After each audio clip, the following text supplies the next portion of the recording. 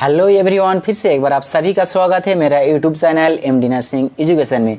दोस्तों, जैसे कि आप लोग जानते हैं कि एमएसएन 1 उसके बाद एमएसएन 2 यानी कि प्रीवियस क्वेश्चन पेपर 2011 से लेके 2019 या फिर 22-23 का भी जो भी क्वेश्चन पेपर मुझे मिला है, सभी क्वेश्चन पेपर का जो भी क्वेश्चन है उसे सॉल्व करके उसका वीडियोज़ अपलोड किया हूँ। अगर आप लोग उस वीडियोज़ को नहीं देखे हैं तो डिस्क्रिप्शन में लिंक दिया हुआ है, वहाँ पे आप लोग ज़रूर देखें, या फिर आप लोग प्लेलिस्ट में जाके एमएसएन 1 का सभी वीडियोज़ को देख सकते हैं। एमएसएन 2 का अलग प्लेलिस्ट बना हुआ है, उसके अलावा एक अलग से प्लेलिस्ट बना हुआ है जिसमें प्रीवियस क्वेश्चन पेपर का आंसर आप लोगों को सभी सब्जेक्ट का मिलेगा। इसके अलावा एमएसएन 1-2 के अलावा आप लोग अगर चाइल्ड हेल्थ नर्सिंग जिसे पीडियाट्रिक के नाम से जाना जाता है, या फिर मेंटल हेल्थ नर्सिंग जिसे साइकेट्रिक के नाम से जाना जाता है, उसका भी प्रीवियस क्वेश्चन का आंसर का वीडियो चाहते हैं तो कमेंट बॉक्स में ज़रूर लिखें, उस पर भी वीडियो मैं ज़रूर बनाऊंगा। चलो दोस्तों, वीडियो को शुरू करते हैं। फिलहाल आज की इस वीडियो में 2013 के एनुअल एग्जाम में पूछे जाने वाले क्वेश्चन पेपर का जितने भी क्वेश्चन है सभी को हम लोग एक एक करके सॉल्व करेंगे, तो वीडियो को स्किप किए बिना पूरा देखिए। देखिए, सबसे पहले यहाँ पे आप लोगों को पूछा गया है गिव द मीनिंग। उसमें पहला क्वेश्चन है ए में पूछा गया है एपिस्टैक्सिस। एपिस्टैक्सिस एक कंडीशन है। इस कंडीशन में क्या होता है, तो आपका जो नाक होता है, नोज होता है, इसमें से ब्लीडिंग होने लगता है। तो ये क्यों होता है? अक्सर ये हॉट इन्वायरमेंट यानी कि गर्म इन्वायरमेंट की वजह से होता है। अगर आपको भी इसका एक्सपीरियंस है कि को भी नाक से ब्लीडिंग होता है तो ज़रूर आपको पता होगा कि ये अक्सर हॉट इन्वायरमेंट में होता है। क्यों होता है? क्योंकि आपका जो नाक है, नाक के अंदर का जो इनर सरफेस होता है, इनर सरफेस में ऊपरी हिस्सा में ब्लड का जो ब्लड वेजल्स होता है वो पाया जाता है, यानी कि बहुत ही छोटा छोटा ब्लड वेजल्स पाया जाता है। तो वो ब्लड वेजल्स फट जाता है जिसके वजह से आपका नाक से ब्लीडिंग होता है। तो उस कंडीशन में आपको क्या करना होता है कि आपका नाक को थोड़ी देर के लिए बंद रखना होता है जिससे आपका ब्लीडिंग रुक जाए, या फिर आप किसी भी जगह पे जाके बैठ के आराम से थोड़ा देर रुकेंगे तो आपका ब्लीडिंग वहाँ पे रुक सकता है। क्योंकि आपका ब्लड में क्लोटिंग फैक्टर होता है जो आपका ब्लड को क्लोट करता है और ब्लीडिंग को रोकता है। अगर इस कंडीशन में आपका बॉडी में क्लोटिंग फैक्टर काम नहीं करता है तो फिर ब्लीडिंग को रोकना मुश्किल होगा। तो यहाँ पे आप लोगों को आंसर लिखना है एपिस्टैक्सिस मीन्स नोज ब्लीडिंग, या फिर आप लोग इसका मीनिंग इस प्रकार से लिख सकते हैं epistaxis is a condition in which bleeding happening from the nose. उसके बाद यहाँ पे आप लोगों को स्ट्रक्चर में दिखाया गया है किस प्रकार से आपका नोज से ब्लीडिंग होता है। इस कंडीशन को एपिस्टैक्सिस कहा जाता है। इस कंडीशन से आप लोग बाखूबी जानते हो, इसके बारे में आप लोग देखे हैं किसी को, या फिर आपको हुआ है या आपके फैमिली मेम्बर्स किसी को होते हुए आप लोग देखे हैं, लेकिन इसका नाम शायद आप लोग नहीं जानते थे, किसी को एपिस्टैक्सिस कहा जाता है। उसके बाद में यहाँ पे आप लोगों को पूछा गया है बी नंबर में एरिथमियाज। एरिथमियाज क्या है? तो एरिथमियाज एक कंडीशन होता है जिस कंडीशन में आपका हार्ट, यानी कि आप लोग जानते हैं कि हमारा बॉडी में एक हार्ट होता है जिसे हम लोग पंपिंग मशीन के नाम से भी जानते हैं, यानी कि हमारे बॉडी में ब्लड को पंप करने का काम जिसके थ्रू किया जाता है उसी को हार्ट कहते हैं। इसलिए हम लोग हार्ट को पंपिंग मशीन के नाम से भी जानते हैं, क्योंकि वो ब्लड को पंप करता है सभी बॉडी के पार्ट्स को पहुंचाने के लिए। अब यहाँ पे आप लोगों को पूछा गया एरिथमियाज। एरिथमियाज एक कंडीशन होता है जिसमें आपका हार्ट का जो हार्ट बीट होता है, जो हार्ट आपका इस तरह से धड़कता है, उसका धड़कना इरेगुलर हो जाता है। क्योंकि हमारा हार्ट कंटिन्यूअसली रेगुलरली धड़कता रहता है इस तरह से, लेकिन इरेगुलर का मतलब क्या होता है कि आपका हार्ट कभी ज़्यादा धड़कने लगेगा या फिर आपका हार्ट कभी स्लो हो जाएगा। हार्ट का जो बीट होता है वो स्लो होगा, यानी कि नॉर्मल नहीं रहेगा, नॉर्मल से ज़्यादा होगा या फिर नॉर्मल से कम होगा। उसी कंडीशन को हम लोग कहेंगे एरिथमियाज। तो इसका मीनिंग हम लोग इस प्रकार से लिख सकते हैं arrhythmias means irregular heart beat और improper beating of the heart, whether irregular, too fast और टू स्लो, यानी कि बहुत स्लो हो जाएगा या फिर बहुत फास्ट हो जाएगा। जो नॉर्मल से ज़्यादा या नॉर्मल से कम होगा उसी को हम लोग कहेंगे एरिथमियाज। जो यहाँ पे आप लोगों को हार्ट का स्ट्रक्चर दिखाया गया है और यहाँ पे जो आप लोगों को दिखाया गया है यही है आपका हार्ट बीट का सिंबल, जिसे आप लोग ईसीजी में देखते हैं। उसके बाद यहाँ पे आप लोगों को दिखाया गया है साइनोवाइटिस। आप लोगों को इससे पहले वीडियो में शायद मैंने बताया था कि आइटिस जहाँ पे भी मिलेगा, जिस वर्ड के अंत में यानी कि लास्ट में आइटिस लगा हुआ होता है, आइटिस का मतलब होता है इन्फेक्शन। तो यहाँ पे साइनोवाइटिस यानी कि जो साइनोवियल जॉइंट होता है उसमें इन्फेक्शन होता है, जिसकी वजह से साइनोवियल मेम्ब्रेन जो होता है उसमें क्या होता है, इन्फ्लेमेशन हो जाता है। अब साइनोवियल मेम्ब्रेन क्या है, तो उसके लिए मैं यहाँ पे आप लोग स्ट्रक्चर दिखाना चाहूँगा, तभी आप लोग अच्छे से समझ सकते हो। ये देखिए, ये है आपका स्ट्रक्चर। तो आप लोग अगर जॉइंट्स पढ़े हैं, यानी कि ह्यूमन बॉडी में जो ह्यूमन स्केलेटल सिस्टम होता है उसमें जॉइंट्स अलग से पढ़ाया जाता है। तो जॉइंट्स में क्लासिफिकेशन होता है, उसमें साइनोवियल जॉइंट्स अलग होता है, यानी कि साइनोवियल जॉइंट्स उसी को कहेंगे जिसमें साइनोवियल मेम्ब्रेन होगा, उसके बीच में साइनोवियल फ्लूइड्स प्रेजेंट होता है। उस तरह का जॉइंट्स को या उस टाइप का जॉइंट्स को हम लोग साइनोवियल जॉइंट्स के नाम से जानते हैं। तो यहाँ पे आप लोग स्ट्रक्चर में दिखाया गया है, ये जो आप लोगों को दिख रहा है ग्रीन कलर का, ये है आपका साइनोवियल मेम्ब्रेन।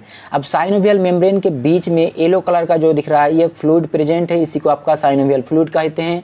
और आपका साइनोवियल मेम्ब्रेन में जब इन्फेक्शन होता है, इन्फेक्शन के कारण वो उसमें क्या होता है, सोइलिंग हो जाता है, इन्फ्लेमेशन हो जाता है। उसी कंडीशन को आप लोग किस नाम से जानते हैं, तो साइनोवाइटिस के नाम से जानते हैं। तो अब इसका मीनिंग हम लोग आराम से लिख सकते हैं, inflammation of the synovial membrane lining certain joint is called synovitis, यानी कि जो एक तरह का जॉइंट्स में प्रेजेंट होता है साइनोवियल मेम्ब्रेन, उसमें इन्फ्लेमेशन होता है, उसी कंडीशन को साइनोवाइटिस कहा जाता है। उसके बाद यहाँ पे आप लोगों को पूछा गया है फिल इन द ब्लैंक्स। अब फिल इन द ब्लैंक्स में आप लोगों को फिल करना है।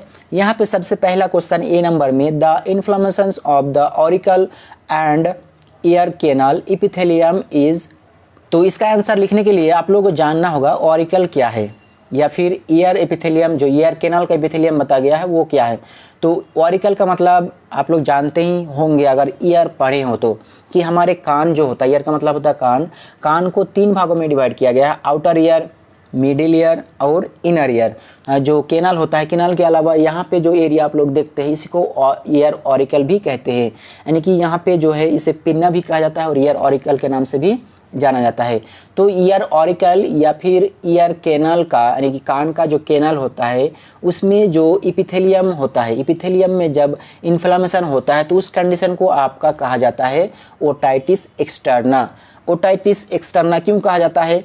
ओटाइटिस का मतलब होता है इन्फ्लेमेशन ऑफ द ईयर और एक्सटर्नल का मतलब होता है एक्सटर्नल पार्ट में इन्फ्लेमेशन हुआ है। आपका कान का जो एक्सटर्नल पार्ट होता है उसमें इन्फ्लेमेशन हुआ है। आपका एक्सटर्नल पार्ट में ये वाला एरिया भी आएगा। इसके अलावा जो यहाँ पे छिद्र दिखता है जिसे ईयर कैनाल के नाम से यहाँ पे बताया गया है, उसे भी एक्सटर्नल ईयर का पार्ट में रखा गया है। इसलिए ये दोनों में जब भी इन्फ्लेमेशन होता है तो इस कंडीशन को ओटाइटिस एक्सटर्ना कहते हैं। चाहे आपका ये ऑरिकल में हो, जिसे हम लोग पिन्ना के नाम से भी जानते हैं, या फिर ईयर कैनाल में हो, तो भी इसे हम लोग ओटाइटिस एक्सटर्ना कहेंगे। उसके बाद यहाँ पे आप लोगों को बी नंबर में पूछा गया है, dilation of an artery due to weakening of arterial wall is. आप लोग जानते हैं कि जो आर्टरीज होता है, ब्लड वेजल्स जितने भी होता है, चाहे आर्टरी हो या वेन्स हो, सभी क्या होता है कि 3 लेयर से मिलके बना होता है और पाइप नुमा स्ट्रक्चर होता है, जिसे हम लोग ट्यूब कह सकते हैं। तो ट्यूब क्या होता है, आर्टरी वॉल में ब्लड कंटिन्यूसली फोर्सफुली सर्कुलेट करता है। ट्यूब जैसा नुमा स्ट्रक्चर है आर्टरी, और उसके अंदर कंटिन्यूसली ब्लड क्या करता है, फोर्सफुली सर्कुलेट करता है। अब जब किसी भी आर्टरी का वॉल कमज़ोर हो जाएगा, थिन, यानी कि यहाँ पे वीकनिंग बताया गया है, मतलब कमज़ोर हो जाएगा, तो कमज़ोर होने की सूरत में क्या होगा, जो ब्लड का फोर्स है, फोर्स के वजह से वो आर्टरी का जो वॉल कमज़ोर हुआ है वहाँ पे फोर्स बढ़ेगा, जिसके वजह से वो कमज़ोर आर्टरी का जो वॉल है वो फूलने लगेगा। जैसे कि आप लोग जानते हैं कि बेलून अगर आप लोग फुलाए हो, तो बेलून को हम लोग जब फुलाते हैं तो उसमें एयर का फोर्स प्रोड्यूस करते हैं, जिसके वजह से वो फूलता है। अब उसमें अगर एक्सेसिव एयर प्रोड्यूस करोगे, एयर का फोर्स प्रोड्यूस करोगे, तो जाहिर सी बात है वो बैलून फट जाएगा। तो यहाँ पे भी वही कंडीशन होता है, जब आपका आर्टरी वॉल कमज़ोर होता है तो ब्लड वेजल्स के अंदर जो ब्लड सर्कुलेट करता है उसका फोर्स के कारण क्या होता है, आपका आर्टरी वॉल फूल जाता है, और आर्टरी वॉल फूलने के कारण वो और भी कमज़ोर हो जाता है, और लास्ट में क्या होता है, वो बास्ट हो जाता है। जब बास्ट हो जाता है तो वहाँ से ब्लीडिंग होने लगता है। उसी कंडीशन को क्या कहा जाता है, उस कंडीशन को कहा जाता है आपका एन्यूरिज्म। एन्यूरिज्म एक कंडीशन है जिसमें आपका आर्टरी का वॉल कमज़ोर होने की वजह से बेलून लाइक स्ट्रक्चर बना लेगा, यानी कि फूल जाएगा और अंत में क्या होगा, बास्ट हो जाएगा। और बास्ट होने के बाद क्या होता है, आप लोग जानते हैं कि वहाँ से ब्लीडिंग होना शुरू होगा। ब्लीडिंग होने का मतलब होता है हिमोरेज, और ये कंडीशन अक्सर आपका ब्रेन में होता है, जिससे आपका ब्रेन हिमोरेज के नाम से जाना जाता है, जिसके वजह से आपका ब्रेन में क्या हो सकता है, इन्फ्लेमेशन हो सकता है, इन्फेक्शन हो सकता है, या फिर ब्रेन स्ट्रोक हो सकता है, या फिर आपका ब्रेन डेथ हो सकता है। इस कंडीशन में अगर सही ट्रीटमेंट नहीं हुआ तो पेशेंट का डेथ हो जाता है। उसके बाद यहाँ पे आप लोगों को सी नंबर में पूछा गया है पॉलीसीथेमिया vera is excessive production of, क्या होगा इसका आंसर? तो आप लोगों को लिखना है रेड ब्लड सेल। उसके बाद यहाँ पे आप लोगों को पूछा गया है डी नंबर में space is an inflammation of नसल म्यूकोसा, यानी कि आपका नोज के अंदर जो नसल म्यूकोसा होता है, यानी कि नाक के अंदर का जो इनर लेयर होता है वो म्यूकस से बना हुआ होता है, उसमें जब इन्फ्लेमेशन होता है तो उसे क्या कहते हैं? तो उसे कहा जाता है आपका राइनाइटिस। आप लोग इससे पहले कई बार सुन चुके हैं राइनाइटिस, साइनोसाइटिस। अगर राइनाइटिस और साइनोसाइटिस में जो डिफरेंस है वो नहीं जानते हैं तो कमेंट बॉक्स में ज़रूर लिखिए, उसका डिफरेंस मैं आप लोगों को एक्सप्लेन करूंगा। और अगर आप जानते हैं कि राइनाइटिस और साइनोसाइटिस में डिफरेंस क्या है तो उसका आंसर कमेंट बॉक्स में ज़रूर लिखिए। उसके बाद यहाँ पे आप लोगों को पूछा गया है true and false. True and false में पहला क्वेश्चन पूछा गया है Hansen's disease is caused due to mycobacterium tuberculosis. इसका आंसर हो जाएगा आपका फॉल्स, क्योंकि ट्यूबर जो यहाँ पे दिखाया गया है माइकोबैक्टीरियम ट्यूबरकुलोसिस, इसके कारण आपका हंस डिजीज नहीं होता है। इसके कारण क्या होता है तो आप लोग जानते हैं, इसके कारण होता है टीबी। माइकोबैक्टीरियम ट्यूबरकुलोसिस के कारण टीबी बीमारी फैलता है। और अगर आप लोग जानना चाहते हैं कि हंस डिजीज किसके कारण होता है तो कमेंट बॉक्स में लिखिए। अगर आप जानते हैं कि हंस डिजीज का कॉजेटिव एजेंट क्या है तो भी उसका आंसर जरूर लिखिए। तो इसका आंसर हो जाएगा आपका फॉल्स। उसके बाद यहाँ पे आपको पी नंबर में पूछा गया है the spread of cancer cell is called as infiltration. तो इसका आंसर भी हो जाएगा आपका फॉल्स, क्योंकि जब कैंसर सेल एक जगह से दूसरे जगह में ट्रांसफ़र होता है तो उस कंडीशन को ही स्प्रेड कहा जाता है। स्प्रेड का मतलब ट्रांसफ़र होना, एक जगह से दूसरे जगह में फैलना।